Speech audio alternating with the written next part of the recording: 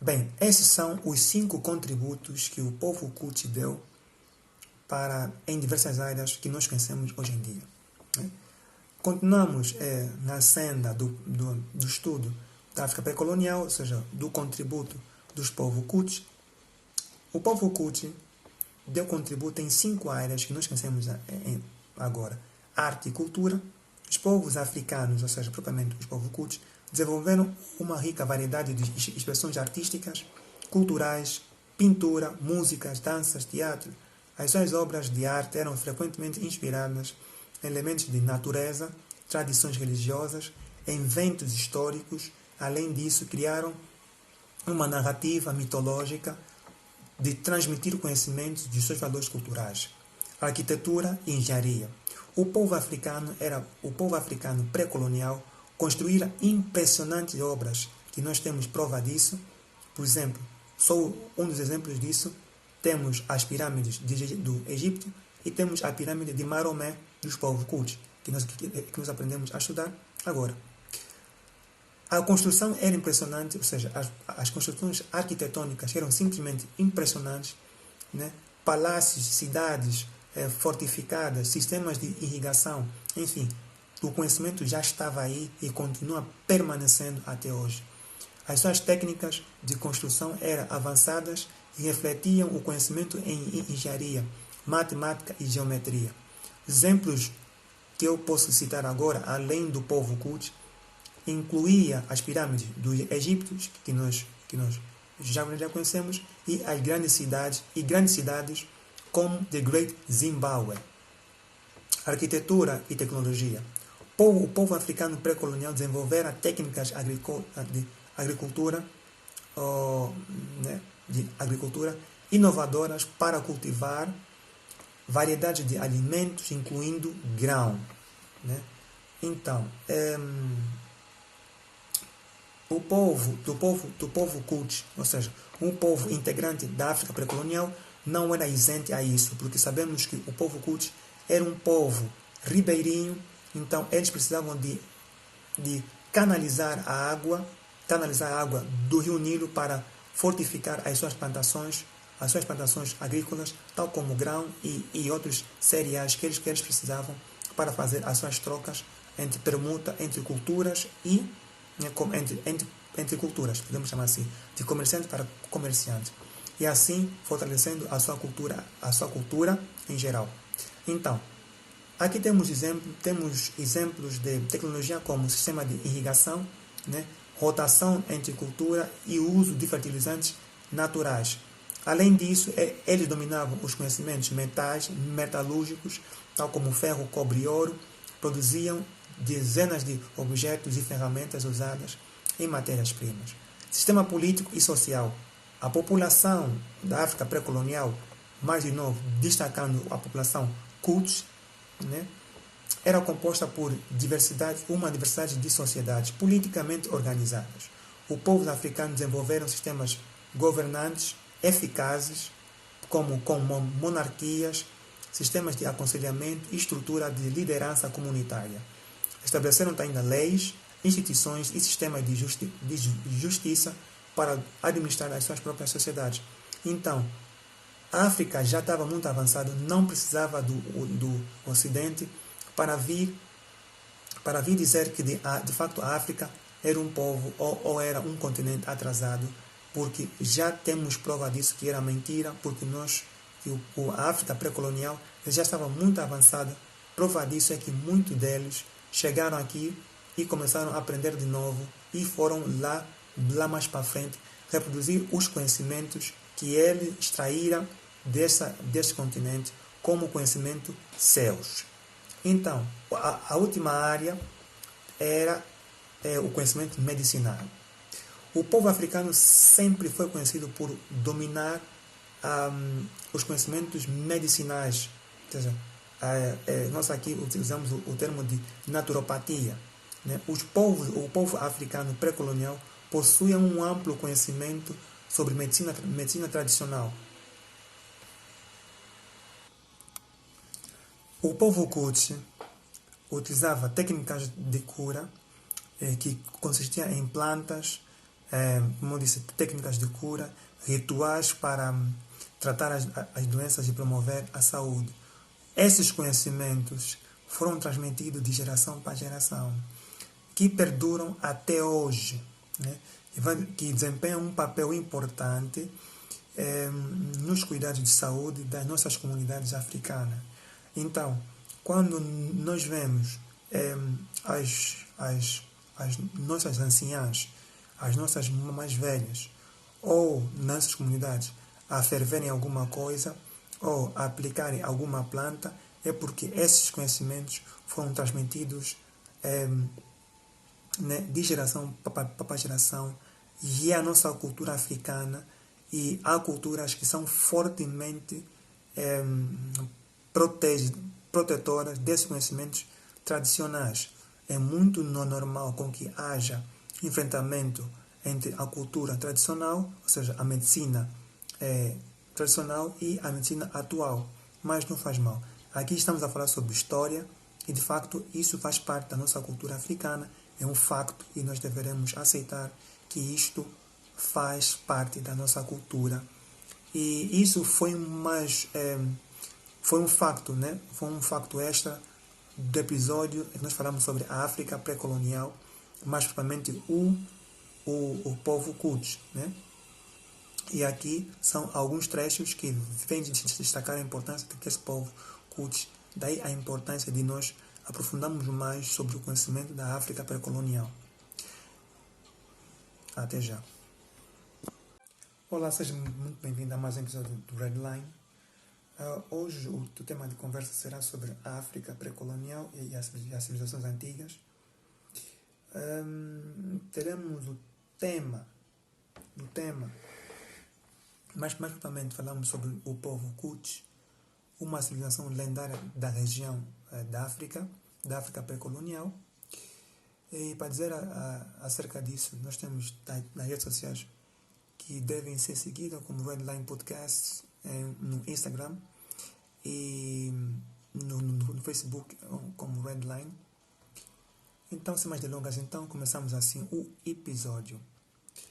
Como nota introdutória, este episódio irá ser uma aventura no tempo, onde vamos mergulhar fundo na jornada emocionante pela rica história da civilização antiga, pré-colonial. Prepare-se para desvendar o mistério da lendária região e população e civilização Kutch, um dos impérios mais poderosos, como eu já tivera dito, da região, juntamente do próximo ao reino, vizinho do Egito, né, do Império Egípcio. Juntamente vamos descobrir as nossas raízes e reconectar com o nosso passado inspirador. Este episódio, de uma forma didática, irá ser composto por 5 cenas. A primeira cena irá falar sobre a terra dos faraós negros. E segundo, vai falar sobre comércio e a riqueza deste império. O terceiro vai falar sobre a cultura e a arte e a cultura do Império Kutch. A quarta cena vai falar da resistência ao Império Romano. E a quinta cena irá falar sobre como este império acabou por ruir, né? Então, na primeira cena que fala sobre a terra negra dos faraós, porque é que eles eram chamados terra dos faraós negros? É assim, esse império atingiu o seu ápice próximo do majestoso rio Nilo, né? O povo Kutch era também chamado de um povo ribeirinho, né? Porque prosperou por milhares de séculos, só para fazer uma comparação, juntamente próximo ao Império Egípcio, né? Então, quando falamos sobre a terra dos faraós negros, é por causa mesmo disso. Prosperou por séculos e séculos próximo ao Rio Nilo, né? E assim ficou conhecida como a terra dos faraós negros. Kutch nos convida para explorar a maravilha das pirâmides de Naroé, na capital do Império, E prepara-se, vamos nos preparar ou vamos desvendar os segredos da sua arquitetura similar, singular e maravilhosa. E é uma verdadeira obra-prima que aguentou que aguentou com grandiosidade e vai nos aguardar. As ruínas de Maroé, né, podem ser observadas como, né, uma pirâmide impressionante, e esses historiadores vão explicar que não só os seus vizinhos egípcios também tinham pirâmides fantásticas, mas também o Império Kut também tinha as suas representações piramidais, se podemos dizer assim. Mas a diferença era que as pirâmides dos Impérios Kut ou do Império Kut era mais estreita e com um estilo distintivo e com uma enorme decoração. Essas pirâmides de Kut, né, elas vão destacar o fato que eles vão destacar o facto e também reprovar que o Egito era só ou foi só a única população da África pré-colonial que tinha uma dinastia, que é mentira, porque o Império Kut também teve a sua dinastia de faraós poderosos e justamente vem desafiar essa crença de que egípcios tinham essas estruturas, esse organigrama estruturais. Ainda nesse segmento, nesta terra do Faraó Negro, temos a destacar, ou tenho a destacar, a importância do rio Nilo, né, para a civilização de Kut, para fortalecer, né, a sua fonte vital de água fértil para a sua agricultura. Eles exploraram também ainda sistemas de irrigação avançados que vão destacar a fertilidade do povo e que Kut tornasse uma potência agrícola. Então, o povo Kut, quando se trata de avanço agrícola e na nomenclatura de terra dos faraós negros, então está bem cimentado que eles eram um povo já com um conhecimento agrícola, né, e de engenharia avançado. Não era só os egípcios que já ostentavam esse conhecimento avançado, mas também o Império Kut, que fazia fronteira com o seu vizinho Egito. Mas, acima de tudo, eles também prezavam muito para o comércio e a riqueza. Como é que o Império Kut se tornou-se um império tão forte, né, quanto a sua riqueza? Então, o Império Kut se tornou-se uma fonte próspera de riqueza e comércio através mesmo dessa proximidade com o egípcio e com a Roma antiga, né? E nós já sabemos que a Roma, nesse período, já era um dos impérios mais poderosos. Então, quando se trata sobre o comércio e a riqueza, o Império Kut, o que eles faziam? O comércio lá era uma fonte vital de prosperidade, porque eles acompanhavam, né? Eles tinham umas rotas comerciais que ligavam Kut com outras civilizações, né, como o Egito e o Império Romano, como eu já tinha dito. E com a troca de culturas, né, eles conseguiram aprender alguns truques, né, conheciam comerciantes influentes que mais tarde eles levavam para esses ensinamentos para a sua cultura, assim enriquecendo a cultura, né, e favorecendo o intercâmbio e também, por consequência, fortalecendo as rotas comerciais. Ou seja, para terem noção de quanto era poderoso. Bem, as riquezas do Império Kut, né, eram bem exóticas, fluíram através de rotas controladas pelo Império Kut, que tornou-se, né, um centro econômico poderoso. Então, os historiadores fizeram uma caravana animada e comerciantes que vão atravessar o deserto, né, por paisagens deslumbrantes, seguindo as rotas comerciais que antes era feito pelos impérios cultos, né? E assim conectavam com outras regiões, né? E possibilitavam as trocas entre comerciantes. Eles destacavam muito esse império, a importância do ouro, do marfim e de outras especiarias como produtos valiosos que já eram negociados.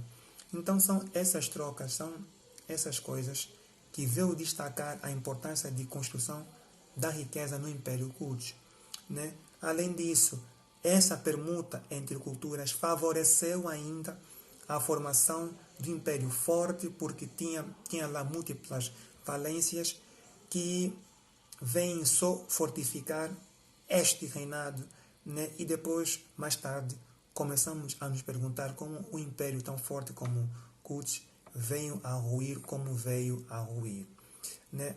Ainda aqui, para destacar que tinha um intercâmbio vibrante entre essas três potências, nesse caso, Egito, Kush, né? O Egito, o Império Kush e o Império Romano, tá? Essas três tinham uma convergência no que concerne sobre o comércio e a riqueza. Partimos para a cena 3, que é a arte e a cultura. A cultura Kush era simplesmente espetacular. Quando se trata de arte e cultura, era quase imbatível. Eu não sei qual era a mais forte, se era a egípcia ou a região a do Império Kush. Mas enfim, a cultura do Império Kush, né, era simplesmente os artesãos desta cultura ou desta região aprenderam alguns truques que transformavam a pedra e o metal em verdadeiras obras-primas. No Império Kush, né, tinham estúdios específicos para tratar, né, chamado também hoje em dia como ateliê, para tratar essas obras e transformar essas obras em verdadeiras obras-primas que só era tão fantástico que os próprios historiadores ficaram deslumbrantes quando estavam a descrever o Império Kush, né? Mas para entendermos que de facto qual é a importância do que eles descreveram acerca do Império Kush no que concerne sobre a cultura Kush, né, a arte e a cultura, vejamos o seguinte. Esses historiadores, né, entraram nos estúdios e ficaram maravilhados com as obras-primas criadas por artesãos Kush. Eles entrevistaram historiadores talentosos que explicavam as técnicas tradicionais e os materiais utilizados. A cultura, né, essa escultura, retratavam deuses, figuras históricas, cenas cotidianas reveladoras da riqueza mitológica da região de Kush, né? Além da escultura, os apresentadores, nesse caso os historiadores, exploraram também outras formas de arte, como pinturas rurais, como tecelagem, né, que vão apresentar uma cor vibrante em padrões, né, intricados, que eram uma das principais características do Império Kush, refletindo assim a sociedade sofisticada e esteticamente rica que era este império. Através desses relatos, né, podemos pensar o quê? Que eles estavam muito à frente do seu tempo quando se trata sobre cultura e arte, né? E só para dizer últimas palavras sobre esta cena, é que através dessas criações conhecemos muito sobre as crenças limitantes, as crenças mitológicas, as crenças religiosas que perperavam, né, na vida do povo inspirador como o povo Kush, né?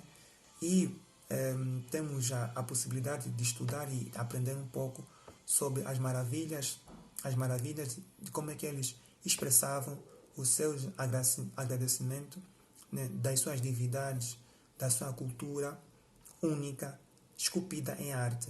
Isso era a cultura do povo Cult. Né? Partimos para a quarta cena, que era a resistência contra o Império Romano. Bem, o Império Romano, de lá para cá, deixou de ser aliado e se tornou um credor. Então, o Império Romano já tinha dominado, ou tinha dominado antes ou depois, né, o Império Egípcio. Então, como o Império Romano precisava de aumentar o seu poderio em África, ou pelo menos nesses impérios, começou a atacar os aliados mais próximos, aqueles próprios que eles tinham um convênio. Agora eles decidiram, por causa da mudança do poder da Roma, decidiram atacar, né, esses impérios para tomar conta das suas rotas e dos seus bens minerais, né, e do seu poderio econômico em modo em geral.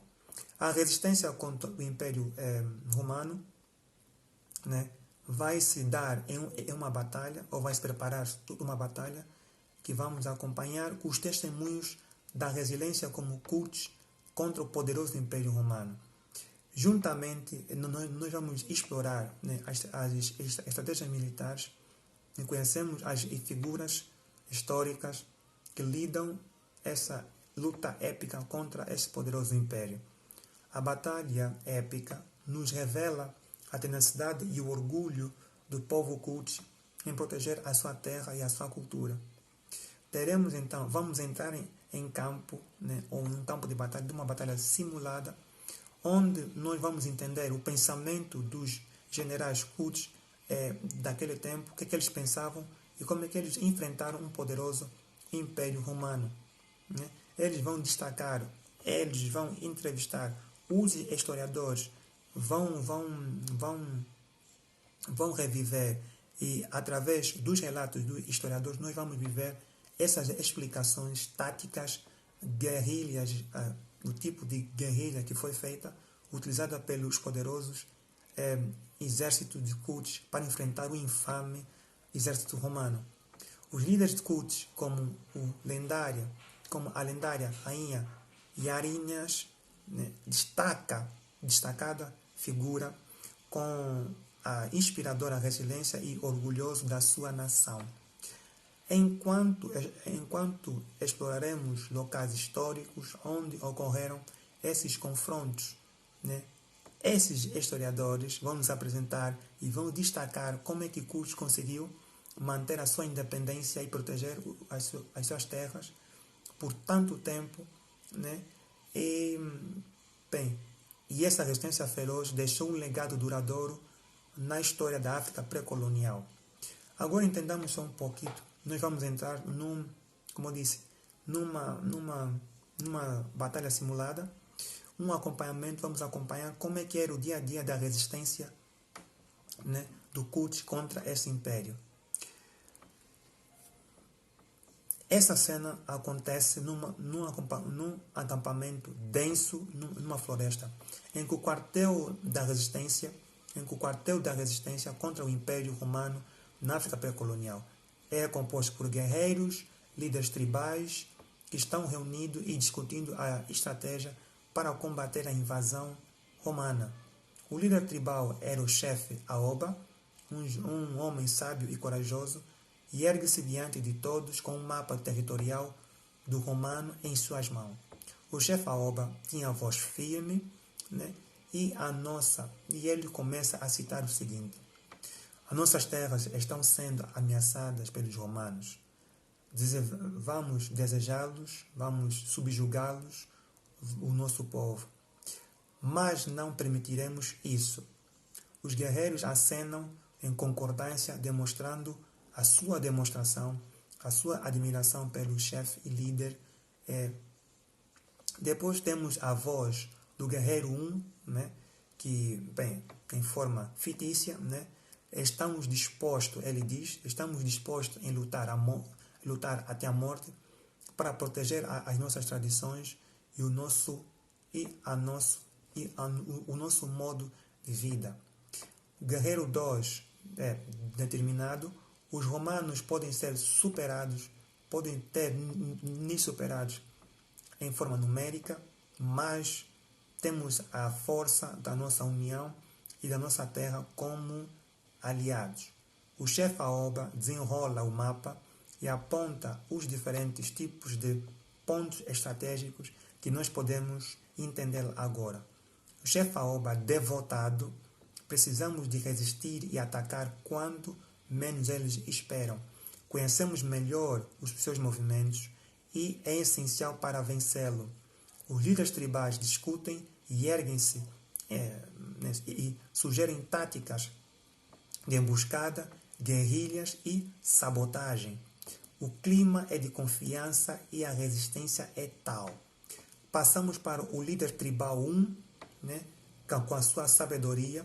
Ele vai dizer o seguinte: devemos utilizar o nosso conhecimento da terra, da nossa terra e das rotas secretas para superar o inimigo.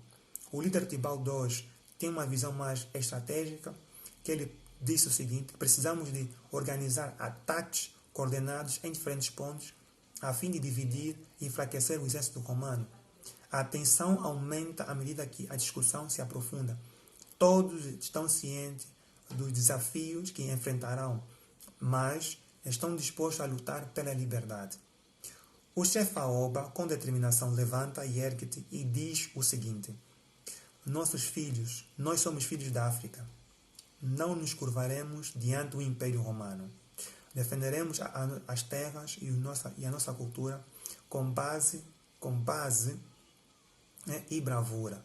Os guerreiros e líderes aplaudem, mostrando a lealdade e apoio total ao chefe Aoba, que é a causa da resiliência. Cenas terminam com os guerreiros se preparando para a batalha, afinando as suas armas, montando estratégias de combate.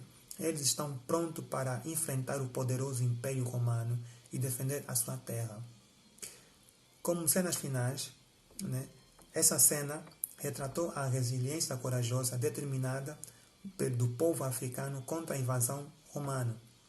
Eles enfatizaram a importância da unidade, estratégia, e o conhecimento do terreno na luta contra o exército poderoso.